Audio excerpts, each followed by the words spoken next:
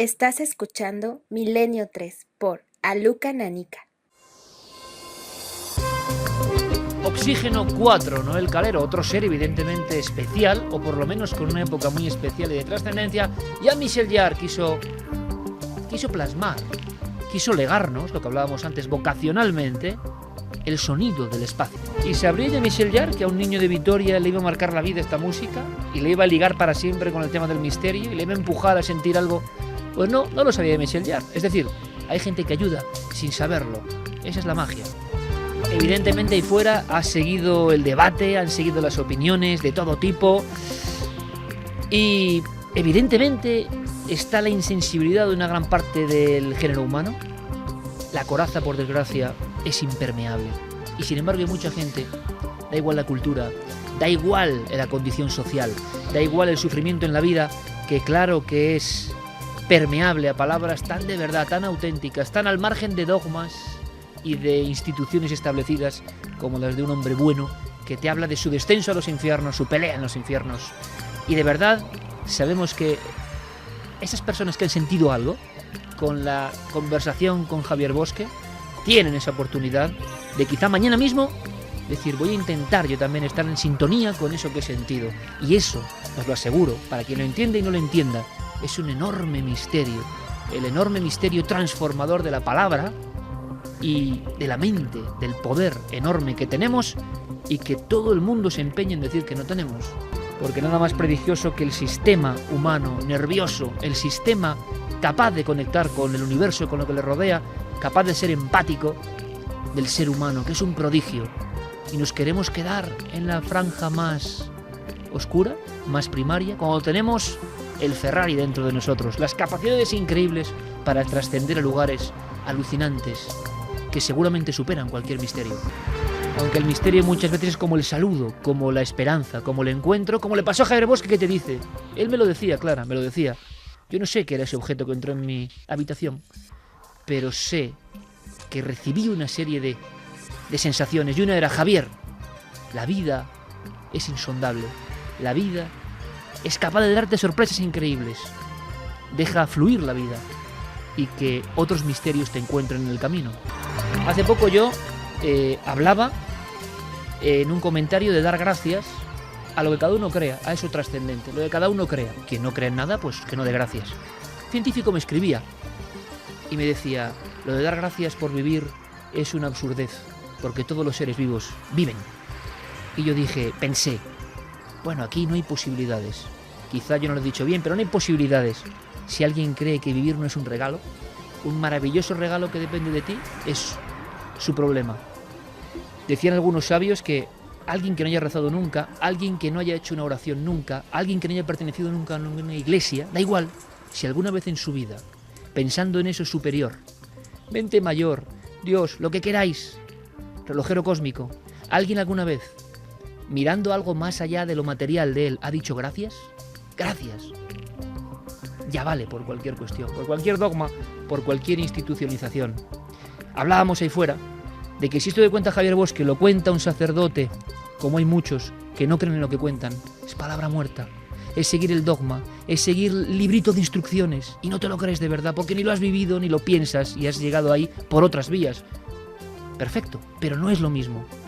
La vocación auténtica de ayudar, no de ser lo que sea, sino de ayudar o de estar alineado con esa luz que quizá como la viste en un momento, te despertó esas capacidades, quién sabe. En fin, evidentemente estamos en Domingo de Resurrección, hemos elegido esta calidad de contenidos, diferentes quizá, pero como pensamos que no queréis estar siempre en lo mismo, y que tenéis todas las capacidades, sea cual sea vuestro estudio, vuestra vocación, vuestra pasión, tenéis las capacidades de ir un poco más allá. Quedarnos en lo de siempre es absurdo. Y todo ser humano con un poco de sensibilidad quiere evolucionar, quiere ir un poco más allá, quiere arriesgarse también a otros contenidos que son misteriosos. Bueno, pues la resurrección, lo contaba antes Javi Pérez Campos, esa visión extraña, misteriosísima de un ser que aparentemente ha trascendido la muerte, si es que fue así, es una de las páginas impresionantes de la historia. Y como siempre en Milenio, carentes de cualquier conexión religiosa, ya les gustaría a muchos religiosos hablar de la trascendencia como hablamos nosotros, no es por nada, en el sentido profundo de lo que ello nos da. no en el sentido, repito, dogmático, establecido, legislado, que tiene que hacer E, B y C, en una espiritualidad libre posiblemente. Bueno, pues Enrique de Vicente nos habla desde ese punto de vista, y él se considera cristiano, seguramente no muy seguidor de las instituciones eclesiásticas, pero sí cristiano por ese mensaje tan extraño y revolucionario. Mañana hablaremos en parte en Cuarto Milenio de todo eso, y espero que lo disfrutéis. Para algunos será herejía, para otros será bella posibilidad de ver un misterio de manera diferente.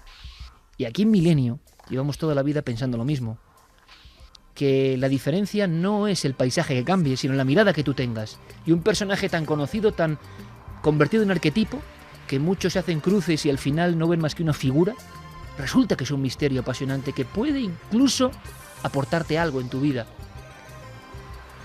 Enrique de Vicente habla así, de esa forma, en esta simbología o columna para despertar.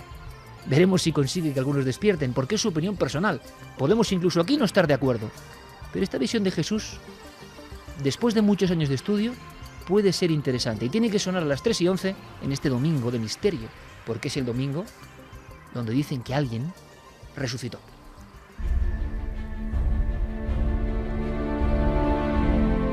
Nacimos, fuimos educados y vivimos en una civilización que se denomina cristiana.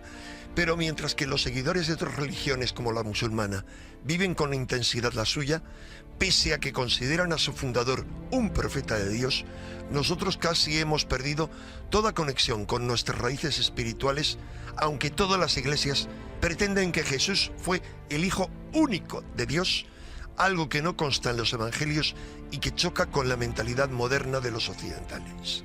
Me parece urgente, por tanto, que cada uno de quienes nos llamamos cristianos, aún sin atenernos a los dogmas de ninguna iglesia, redefinamos internamente qué significa para nosotros Jesús. Como afirman todos los credos cristianos, con los que sin embargo no comulgo, para mí Jesús fue Dios y hombre verdadero, dos términos que no son excluyentes y que tampoco le hacen un ser único, aunque sí excepcional, al menos como pilar de una civilización que ha perdurado 2000 años, aunque hoy se tambalee desde sus mismos cimientos. Porque encontramos en todas las religiones y mitologías seres similares, avatares, enviados divinos que se encarnan en cuerpos humanos para traernos la luz, la libertad y la salvación a este valle de tinieblas que es la tierra. No es casualidad, por tanto, que muchos de esos seres tengan características muy similares e hitos asombrosamente paralelos en sus vidas, en sus muertes violentas y en sus resurrecciones a las de Jesús. Nuestras certezas históricas sobre su vida y verdadera enseñanza son mínimas. Por tanto, lo que nos queda es la imagen de un ser mítico, excepcional e inaprensible que sintetiza y asume de forma extraordinaria las mejores creencias y esperanzas de toda la humanidad acerca de enviados celestes que son la luz encarnada, como repiten algunos evangelios apócrifos y el de San Juan, y que como tales descienden a la tierra para acelerar nuestra evolución, romper nuestras limitaciones e impulsarnos hacia la liberación final. Él es la expresión máxima de esa luz inefable y transformadora que atisban los místicos y quienes han tenido experiencias trascendentes. Es en esa dimensión mítica y eterna, y que por tanto trasciende a cualquier razonamiento y verdad histórica, donde yo sitúo a Jesús el Cristo, en cuyo mensaje creo y en cuya influencia trascendente confío a la hora de definirme como aspirante a cristiano. Esto es una forma de decir que me resulta difícil explicar racionalmente todo lo que mi fuero interno yo creo acerca de Jesús, de su verdadera naturaleza y de su misión en la tierra, aunque le concedo una importancia excepcional. Pero la idea más importante es que esa luz divina hecha hombre vino a abrir una brecha en las tinieblas que desde tiempos remotos rodean a este planeta, convirtiéndolo en una cárcel virtual ajena a las influencias celestes, donde los hijos de la luz libran un combate continuo con los de las tinieblas, como repetían constantemente los esenios en los manuscritos del Mar Muerto y los gnósticos en los evangelios prohibidos por la Iglesia y encontrados en Nag Hammadi. Y Jesús, Lo hizo como culminación de un plan maestro, naciendo en una familia descendiente de David, en un pueblo con una información genética muy concreta, que fue sometido a influencias y mutaciones durante el Éxodo. Esto permitió gestar un hombre único, en el cual pudo encarnarse plenamente el espíritu, que pasó por todo tipo de experiencias y tentaciones materialistas para decidir finalmente entregarse al sufrimiento y a la muerte y trascenderlas, abriendo así el camino a los humanos para romper todas las limitaciones que nos mantienen esclavizados, incluso la definitiva. Hay en los evangelios canónicos, como también en los gnósticos, una enseñanza esotérica y una visión esotérica sobre la propia naturaleza del Cristo. Aunque en otra ocasión nos ocuparemos de desvelar el profundo mensaje que se encierra en ella, bástenos hoy recordar que consiste en continuas llamadas a un despertar y a una transformación interior que nos permitan acceder a ese reino de los cielos que Jesús insistía en que está dentro de ti, aunque también advertía que estrecha es la puerta. ¿Y tú? ¿Quién crees que fue Jesús y cómo sientes su mensaje? ¡Despierta! Nada es como habíamos. Ya les gustaría a muchos religiosos de cualquier conducta, agregación, clase, hablar con la profundidad, yo creo, el misterio y el cariño con el que lo ha hecho Enrique de Vicente, pero muchos, evidentemente, también le considerarán hereje, por decir algunas cosas. Si te sales de la norma que me han hecho aprender, que papá ha hecho que me aprenda, tú ya no vales. Algo tan alejado de lo que parece la naturaleza auténtica de muchos misterios. Enrique de Vicente, por eso le llamamos el maestro. Lleva mucho tiempo lanzando esa consigna que repite aquí Enrique Bunbury: despierta. Hay como una sensación. Evidentemente hay grandes capas que nunca despertarán, primero porque no lo necesitan ni quieren. Hay otras personas que les cala todo esto, no saben muy bien dónde buscar, pero que en vez de aceptar siguen buscando y preguntando. Buscan una salida ¿a qué? Eso es lo que podemos llamar trascendencia, al enigma y el significado de la vida. Por cierto, que Enrique Bunbury nos escribía hoy hablando de otros temas y muy impresionado con las cuestiones que tienen que ver con la educación. ¿Qué significa esto? Que hasta las estrellas del rock como Enrique se han sufrido un proceso interno, auténtico, real, no para vender discos, interior. Se preguntan cosas, y si uno empieza en la espiral de preguntarse cosas, os aseguro, amigos, que eso es como un virus, nunca va a dejar de preguntarse, e iré saltando de cuestión en cuestión, intentando buscar una especie de armonía y de significado de su propio misterio personal. Por eso le interesa a uno cómo nos han educado. ¿Cómo no va a ser misterioso cómo nos han educado? Si hay un plan para precisamente separarnos de nuestras potencialidades. En fin, al final, el misterio está en todo, que es una cosa que nosotros siempre hemos mantenido. El misterio no son los temas de siempre. Los temas de siempre serían guiños de esa otra realidad que se nos muestra. Pero a veces hay que trascender un poco a eso y hacernos preguntas, como el propio Bunbury se ha hecho en más de una ocasión. Y a las 3:18 vamos variando la música, esa que nos presenta Clara, que en este momento nos va a contar una historia, que es eso, una irrupción en lo convencional, una muestra más que al final no todo el misterio será eso, una llamada, un toque que nos dice, oye, que no lo conocéis todo, es más, que desconocéis casi todo, que la realidad es muy compleja, tan compleja que no ni siquiera habéis atisbado lo que está detrás de la primera tramoya. Y las significaciones que pasan muchas familias son de miedo, de terror. ¿Cómo no tenerlo? Cuando lo desconocido se adueña de tu casa, por ejemplo, Clara, durante 17 años.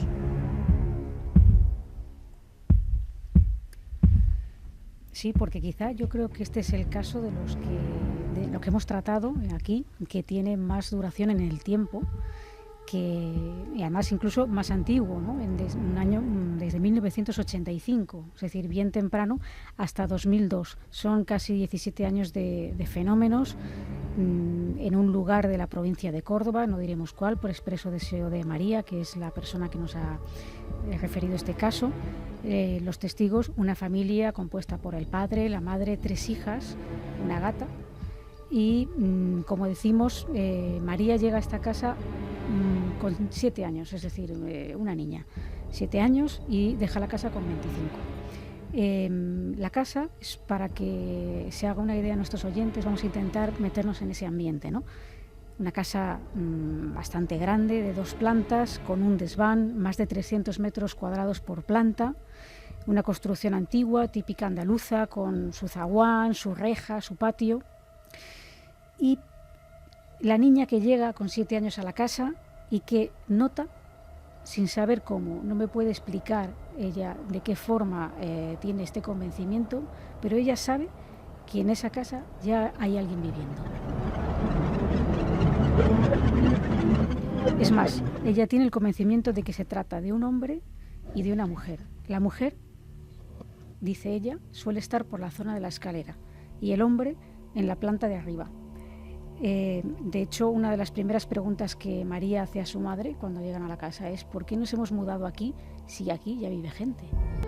En esa casa los recuerdos están muy ligados a la escalera de la que hemos hablado al principio, donde parece que esa mujer por ahí vaga, o esto es lo que ella cree.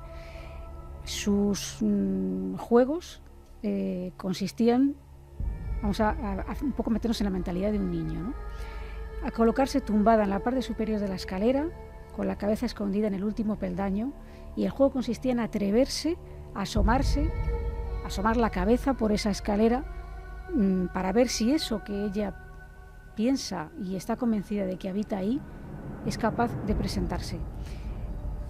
Ella no llega a ver nada, o sea, no llega a ver una figura física, pero sí que a lo largo del tiempo llega a ver sombras que se proyectan en la pared, que ella define como sombras chinescas.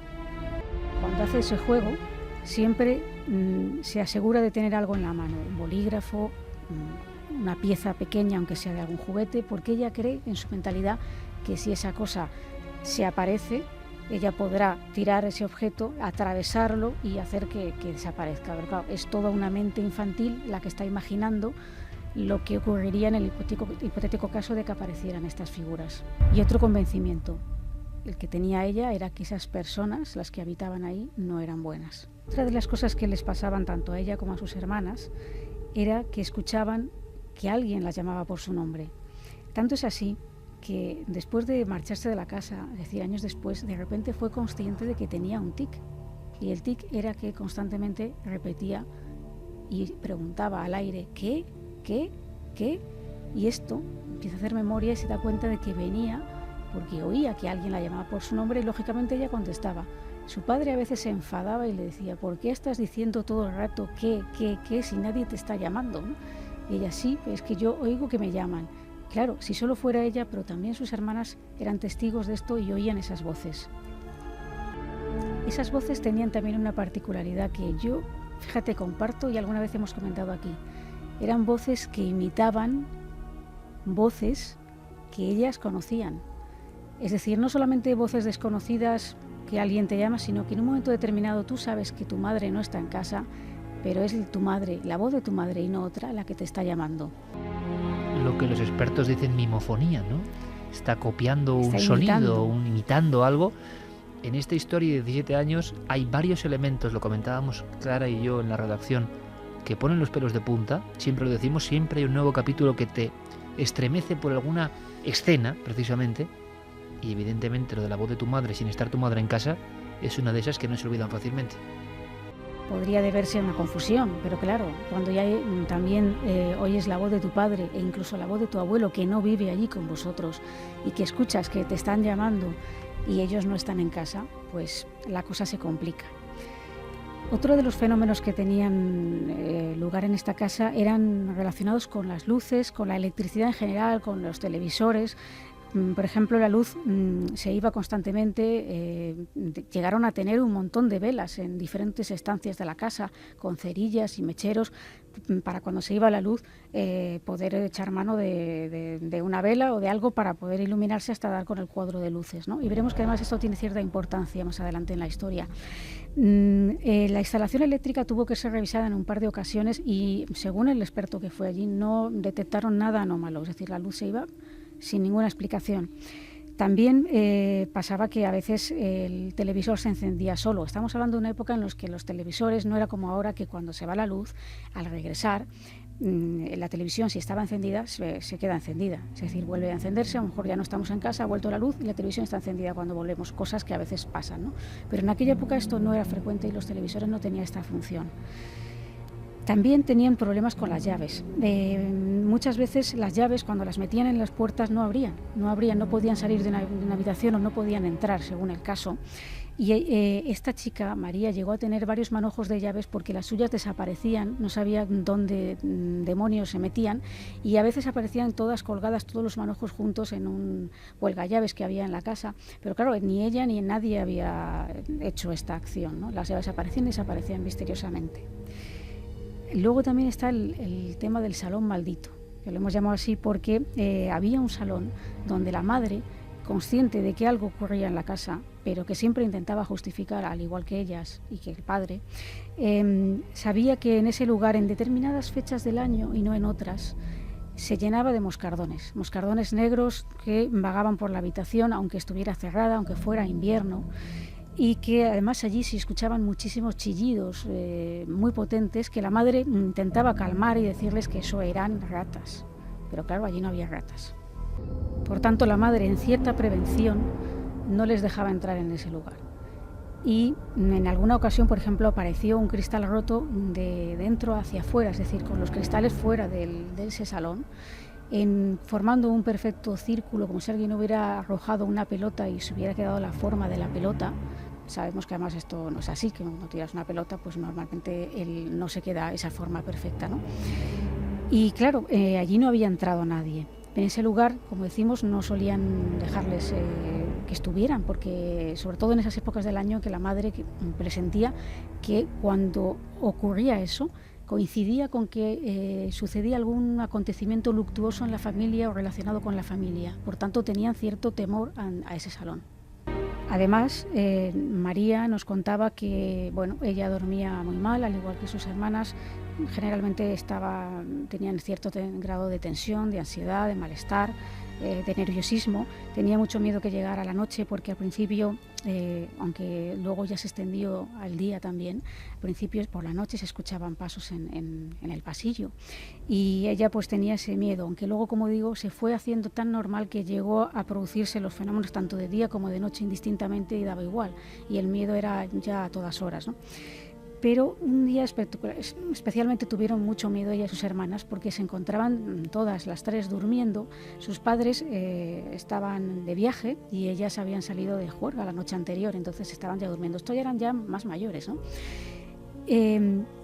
Estaban así en esa situación, cada uno en su habitación, cuando de repente se escucha el ruido del cerrojo de la puerta al abrirse. Acto seguido, el ruido del cerrojo de la puerta al cerrarse, como si hubiera entrado alguien, el ruido de la cancela de la puerta, había otra puerta de la cancela, y la voz de su abuelo, que como digo no vivía con ellas, que las llama a voces. Se despiertan por todos estos ruidos, ya con la claridad de escuchar la voz de su abuelo que les está llamando, se asoman al patio y se miran desconcertadas al ver que allí no hay nadie. Después revisan, claro, la instalación a ver si es que ha entrado, está en otro lugar, pero el abuelo no había venido y desde luego me hablaron con él posteriormente y ni siquiera se habría presentado en la casa en ningún momento del día. Otra vez sonidos que imitaban filtraciones lógicas del día a día, pero cuando no había nadie en ese hogar.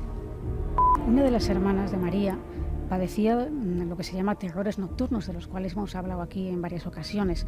Ella lo pasaba muy mal cuando se quedaba a oscuras y durante muchos años me achacaron siempre esto, pues son pesadillas, es que pues la noche le da miedo, etc. Tiempo después, cuando ya salieron de la casa, ella confesó que el miedo que ella tenía no era un miedo infundado, era un miedo porque ella veía a un hombre, ella sí veía a alguien en la habitación, veía a un hombre que su misión era asustarla. Se acercaba a los postigos de las ventanas y las cerraba y corría las cortinas para evitar que hubiera esa luz que a ella le producía tranquilidad. Es decir, que el miedo era doble porque sabía que había una presencia en la habitación, o eso es lo que ella sentía, y esa persona, lo que fuera, quería asustarla. Esta casa sufrió 2 reformas. Una, antes de entrar a vivir, antes de que los padres le adquirieran el inmueble, y posteriormente luego el padre hizo otra reforma en la planta superior para acondicionar el espacio y convertirlo en habitaciones más cómodas para todos, porque no estaba muy bien distribuido. Bien, pues a partir de esa segunda reforma me decía María que los fenómenos fueron en aumento, que las luces se apagaban y se encendían con mayor frecuencia, seguía ocurriendo lo del televisor que hemos comentado, y algo también muy característico de las casas encantadas, y es que la hermana tenía una pecera y el agua de un día para otro aparecía negra como el alquitrán y los peces estaban muertos. No eran los únicos habitantes, estos peces, los que padecían este tipo de malestar, ya que la gata que tenía María, que era suya, ella la tenía adiestrada para que durmiera con ella, para que la protegiera, porque era tal el miedo que ella pasaba. Durante años estuvo viviendo con miedo, ¿no? Esta gata bufaba en determinados puntos de la casa sin que supieran por qué, y la tenía siempre a su lado por la noche. A veces la gata se colocaba en su pecho y se ponía a bufar a un punto de la habitación sin que María viera absolutamente nada, pero la gata parecía estar intuyendo que allí había algo e intentaba darle aviso de alguna forma, ¿no? Lo cierto es que una noche sí que pudo ver una sombra negra en su habitación y sin pronunciar palabra, sin abrir la boca, esa figura, lo que fuera, se comunicó con María y le dijo, que le dio a entender como que tú tenías la sospecha de que aquí vivía alguien, pues que sepas que eso que habita soy yo y que os voy a hacer daño en cuanto pueda. Uno de los fenómenos que a mí me ha impactado más cuando me lo ha contado, porque es de película, pero si lo vives es aterrador, ¿no? Ocurrió una noche de verano cuando María estaba acostada de lado, despierta por el calor, mirando hacia el balcón estaba abierto. De pronto notó que alguien se metía en su cama, junto a ella, y que era alguien que tenía un peso superior al suyo, alguien de mayor corpulencia, ya que hizo que María rodase en la cama hasta quedarse tumbada casi boca arriba, sin aliento, totalmente paralizada del terror que sentía, sin atreverse a mover un músculo y sin atreverse a mirar a su lado a ver quién era o qué era lo que estaba en el otro lado de la cama. Cuando por fin recupera el aliento y se gira, descubre que no hay nada al lado. Esto no solamente le pasó a ella, también le ocurría a sus hermanas. Notaban con cierta frecuencia que alguien se tumbaba a los pies de la cama, un clásico, o que directamente alguien se tumbaba a su lado en la cama. Y de hecho María llegó a tener un buen número de rosarios y medallas que ella justificaba cuando venía alguien a la casa, o diciendo que es que los coleccionaba, los rosarios y las medallas, pero la realidad era otra. La realidad es que el miedo que tenía era tan grande que ella pensaba que esas imágenes religiosas le podrían ayudar a superarlo. Pasa el tiempo y María y su otra hermana mayor se desplazan a otra ciudad a estudiar y queda viviendo solamente en la casa sus padres y su hermana pequeña.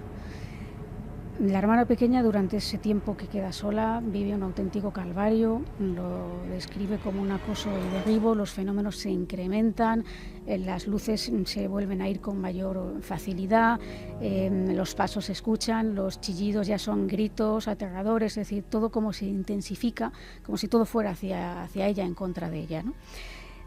Y lo peor que le ocurre fue que una vez, coincidiendo con el puente de Todos los Santos, los padres estaban de viaje y ella estaba sola.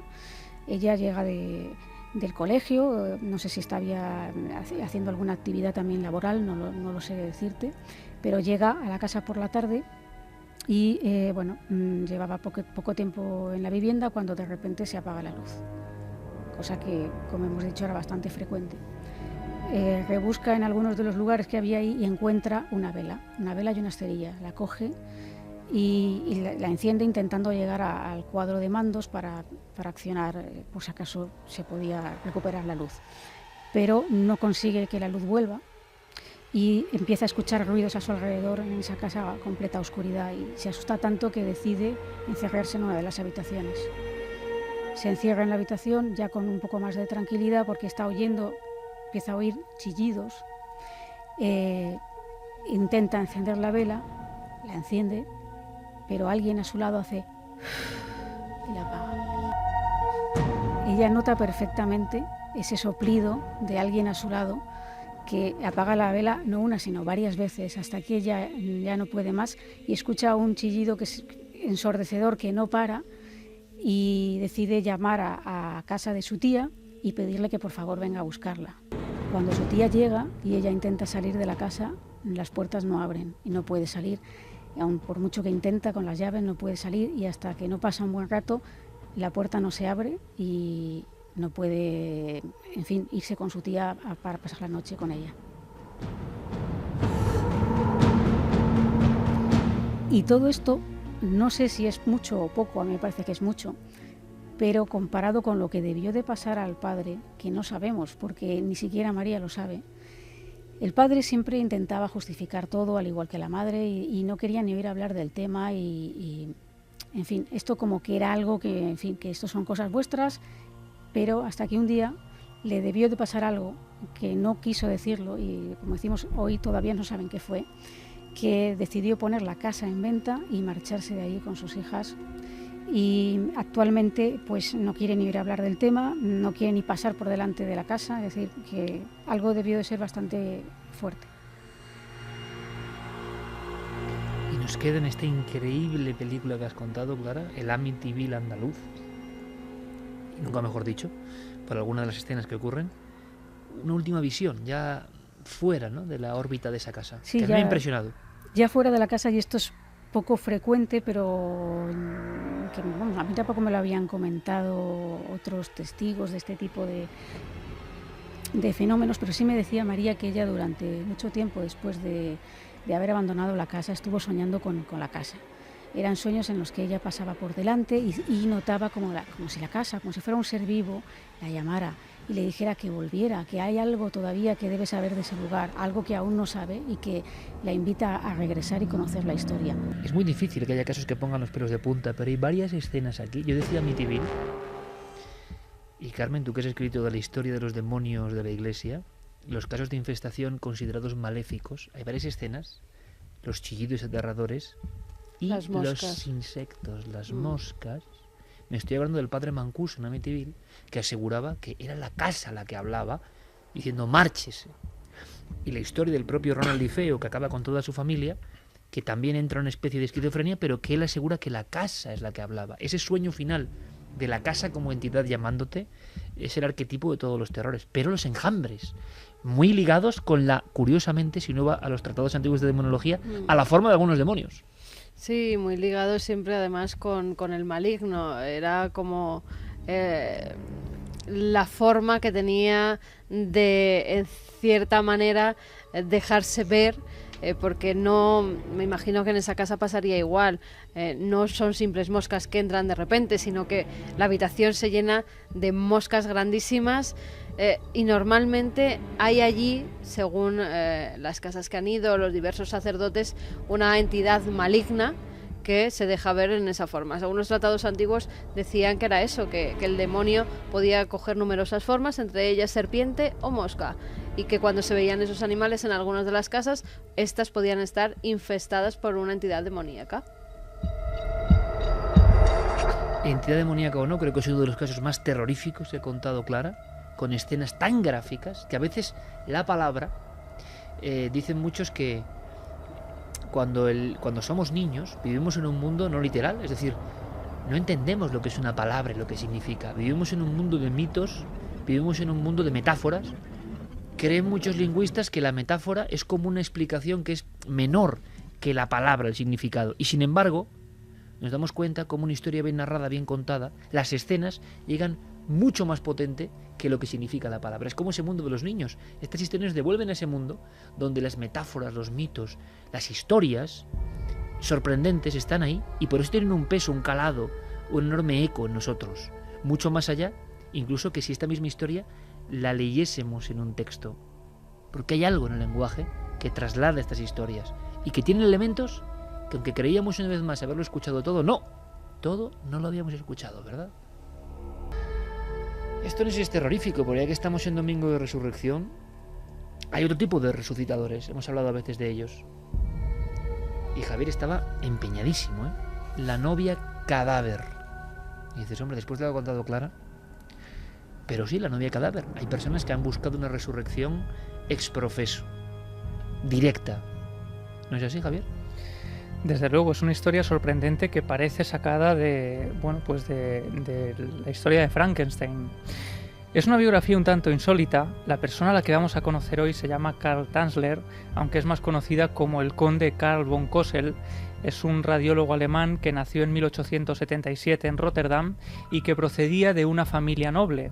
De hecho, eso le permitió tener una serie de comodidades. Él viajó bastante a lo largo de su infancia, pero dice que a lo largo de esos viajes hay uno que empieza a marcarle especialmente cuando, estando en Génova, empieza a tener un sueño que se repetiría en esos viajes. Dice que en ese sueño aparece una antecesora suya sosteniendo una fotografía. En esa fotografía aparece una mujer con los cabellos oscuros, con el rostro muy pálido, con unos ojos muy grandes, y la condesa le repite a este hombre que esa mujer es el amor de su vida. El conde von Cosel en 1926 tiene que emigrar desde Rotterdam a Florida, pasa por La Habana, allí está unos cuantos días y desde allí ya se marcha a Cayo Hueso, el lugar donde va a empezar a ejercer la medicina como radiólogo en un humilde hospital. El día 12 de abril de 1930 aparece marcado en los cuadernos del conde von Cosel como un día clave. Ese día aparece en el hospital una joven de 20 años de origen cubano llamada Elena de Hoyos, y cuando von Cosel la ve por primera vez se queda asombrado porque es la mujer que aparecía en sus sueños. Lo que ocurre es que von Cosel empieza a hablar con ella durante varias horas en la sala de espera. Ella le cuenta que es hija de un fabricante de puros cubanos, que estaba casada con un hombre que acababa de abandonarla un tiempo atrás. Así que pasan las horas dialogando, se establece una conexión muy especial entre ellos y cuando la mujer entra en la consulta y sale unos minutos después, recibe la peor noticia. Von Cosel, el día que había conocido a la que creía que era el amor de su vida, recibe también la tremenda noticia de que esta mujer le acaban de diagnosticar tuberculosis, una enfermedad prácticamente incurable en aquellas fechas. Así que en los meses posteriores, von Cosel empieza a investigar por todos los medios diferentes formas de intentar salvar a esta mujer, crea unas pócimas extrañísimas, unos ungüentos que le va dando, incluso compra una bobina de Tesla para aplicarle electroshock e intentar salvarla, pero al final acaba ocurriendo lo inevitable y al año siguiente Elena de Hoyos aparece muerta en su casa. Y von Cosel queda destrozado. Él había llenado su casa de ropa, de joyas, le había hecho aquel último año de vida, pues uno de los mejores de su vida. Así que cuando muere no iba a ser menos. Él compra un enorme mausoleo en el cementerio de Cayo Hueso. Allí además entierran a Elena. Él unta todo el interior del ataúd de formaldehído para intentar preservar lo mejor posible el cadáver de su amada, y allí la entierran.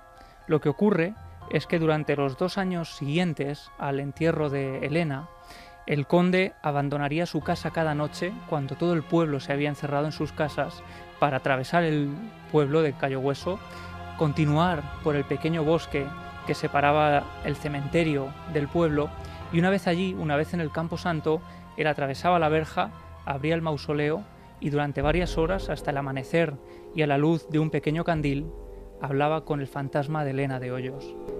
Y él, a través de sus escritos, estaba convencido de que Elena le respondía, de que mantenían diálogos a lo largo de las horas hasta que amanecía.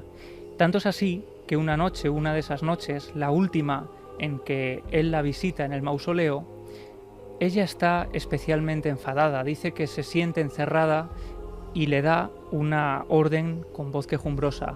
Él asegura que esa noche escuchó a Elena de Hoyos decirle «sácame de aquí».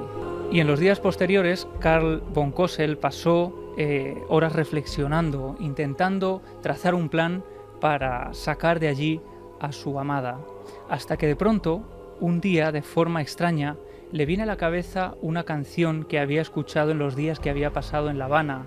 Es una canción en realidad que era un poema escrito por Carlos Borges, a la que había puesto música Alberto Villalón, y que tenemos aquí. Si quieres vamos a escuchar un fragmento. Oye la historia que contóme un día el viejo enterrador de la comarca, era un amante que por suerte impía su dulce bien le arrebató la parca.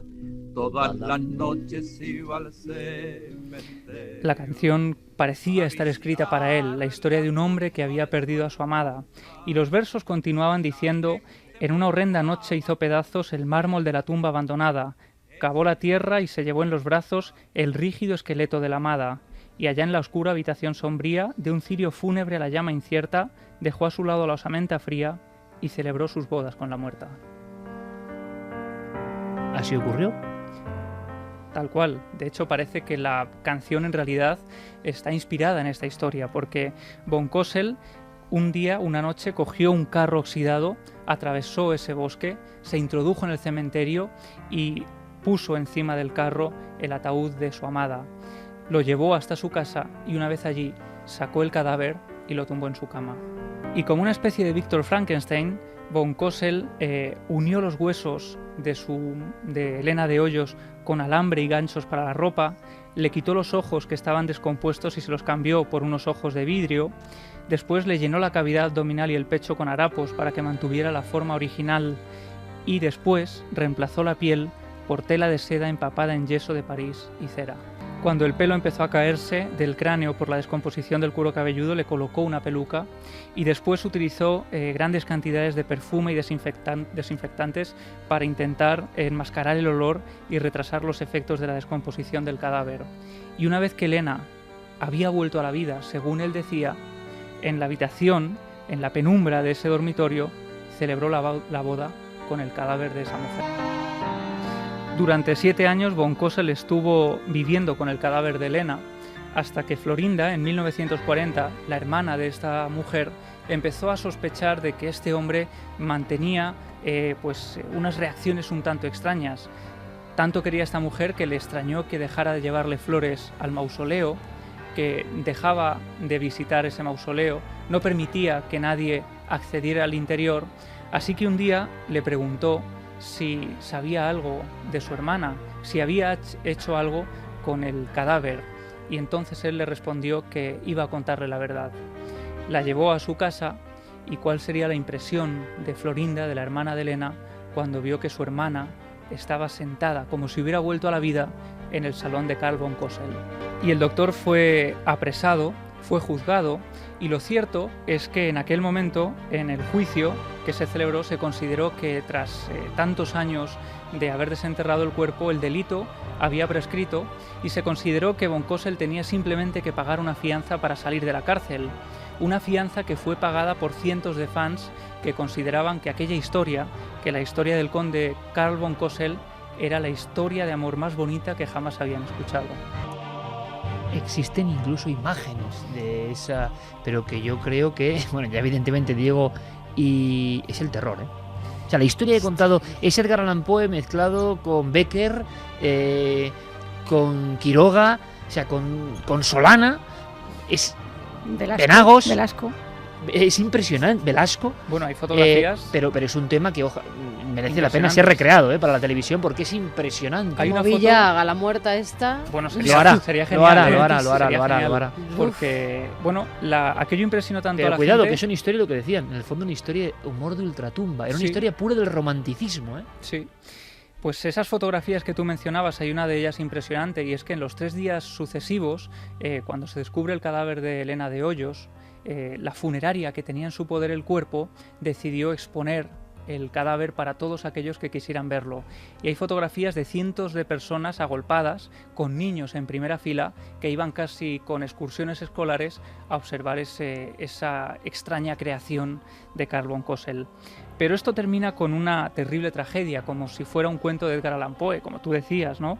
Y es que, para empezar, Elena de Hoyos volvió a ser enterrada en el cementerio de Cayo Hueso, pero el lugar en el que se entierra todavía hoy es un gran secreto que solo conocen los descendientes del enterrador, porque se consideró que decir el lugar donde estaba esa mujer sería un atractivo para los cientos de fans de Carl von Cosel. Y no solo eso, sino que el doctor von Cosel murió en el año 1952, unos años después de haber sido juzgado, en un humilde piso aislado de toda esta historia, y su cuerpo fue encontrado 3 semanas después de haber fallecido. Y lo que más impresionó a las personas que lo hallaron es que el cadáver de Carl von Cosel estaba abrazado a una figura de cera con el rostro de Elena de Hoyos. Nos hemos tirado todos instintivamente hacia atrás, ¿no? Hemos elegido con Noel esta música precisamente. ¿Y sabes cuál es, Javier? Sonatas inspiradas, ¿sabes en quién? En Edgar Allan Poe. Claro. Porque esta historia, si le pones esta música, ya es viajar al Madrid de Larra, ¿no? El romanticismo de todo era posible. Y yo casi le he pedido brevedad a Javi, porque esta historia tenemos que visualizarla. Es escalofriante, romántica a la vez, y es el romanticismo lúgubre. Pero cuando el Las noches romanticismo lúgubres se convierte en enfermedad. Exactamente. Ha habido Y esa escena noticias, final, no sé si ya, os tengo los acordáis, pelos de punta, hace unos años un ruso que detuvieron en su casa porque había desenterrado un montón de mujeres y las Hay una patología ahí. había puesto como si fueran muñecas. Una estaba sentada, otra estaba en la cama tumbada, Sí, señor. otra parecía que estaba en la cocina cocinando, como si volvieran a la vida en cierta Zombificación o resurrección forma. Total.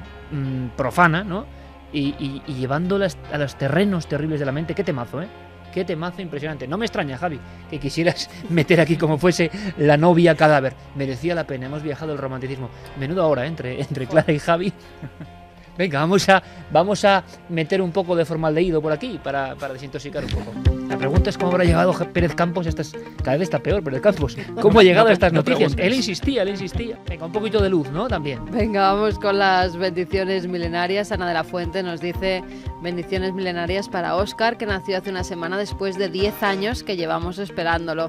A su vez, mucha fuerza para todos aquellos que estén pasando por todo lo que hemos pasado nosotros para conseguir ser padres. Tratamientos de fertilidad, proceso de adopción o múltiples pérdidas de embarazo. Otro camino heroico, con muchas pruebas terribles, pero que si se tiene fe se llega ahí, ¿no? Y hay que mandar toda la fuerza, el entusiasmo a esta gente que valorará más que muchos padres lo que es el milagro, ¿no?, de la vida.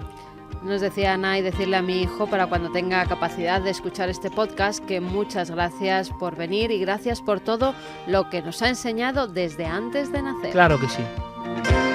Hay maestros antes de nacer, ¿no?, que enseñan una lección de vida impresionante. Nuestras bendiciones milenarias. Nos dicen al equipo de Milenio 3, por una vez me dirijo a vosotros para pediros bendiciones. Soy una persona de pocas amistades y casi que renuncié a disfrutar de la noche de los sábados con la gente de mi edad por seguir siendo fieles a vuestro programa en directo. Es ya casi una obligación moral.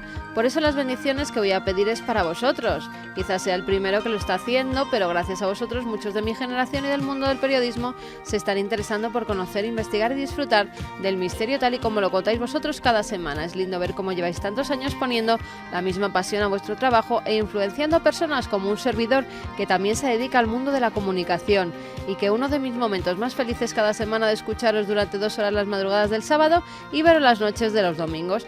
Me habéis hecho pasar miedo, interés, alegría, pero sobre todo emocionarme en la mayoría de los momentos, y no soy el único.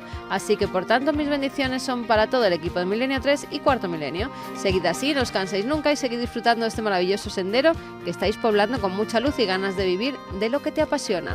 Un abrazo a todos de parte de Samuel Hernández, un joven divulgador y comunicador de Badajoz. Sendero, qué bonita palabra, ¿no? Muchas gracias. ¿Qué decimos a esto, Santi, con una frase? ¿Qué podéis decir? Nos han dado bendiciones a nosotros. ¿Qué? Mira, esto es, desde luego es inédito. Efecto boomerang. Así que nada, pues lo que decía cuando escuchábamos a Javier, yo creo que si hemos ayudado a alguien, si hemos cambiado un mal día, si hemos despertado una vocación, si hemos despertado una curiosidad, cualquier cosa por pequeña que sea, ya eso yo creo que nos podemos considerar bendecidos. Mi nombre es Carlos y soy fiel seguidor del programa desde el primer día de emisión. Allá por junio del 2002, por aquel entonces yo era un cabeza loca que pasaba las noches en vela escuchando la radio en lugar de estudiar.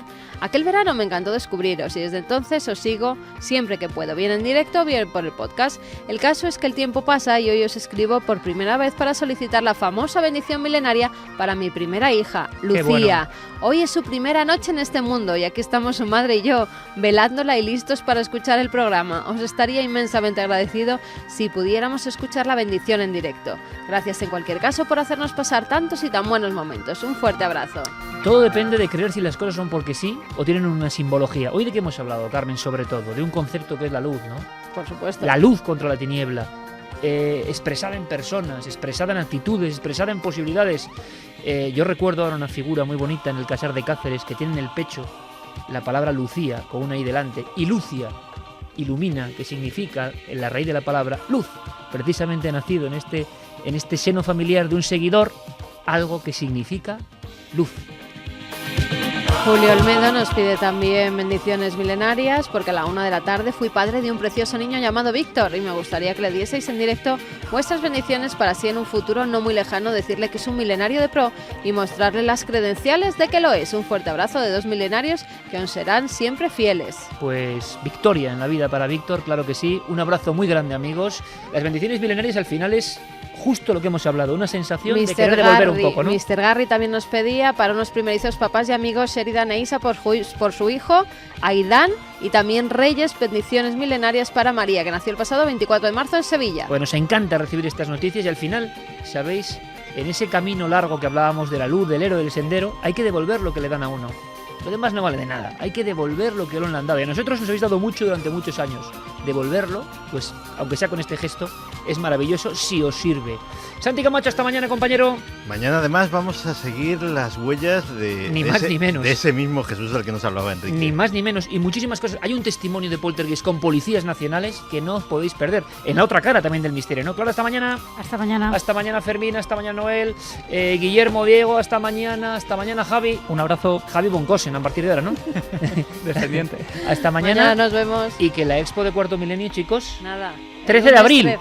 Lunes 13 ya estamos ahí. Estamos ya hasta con nervios, hay que decirlo, porque todo nuestro mundo está ahí. Y si queréis información en nuestras webs, como siempre.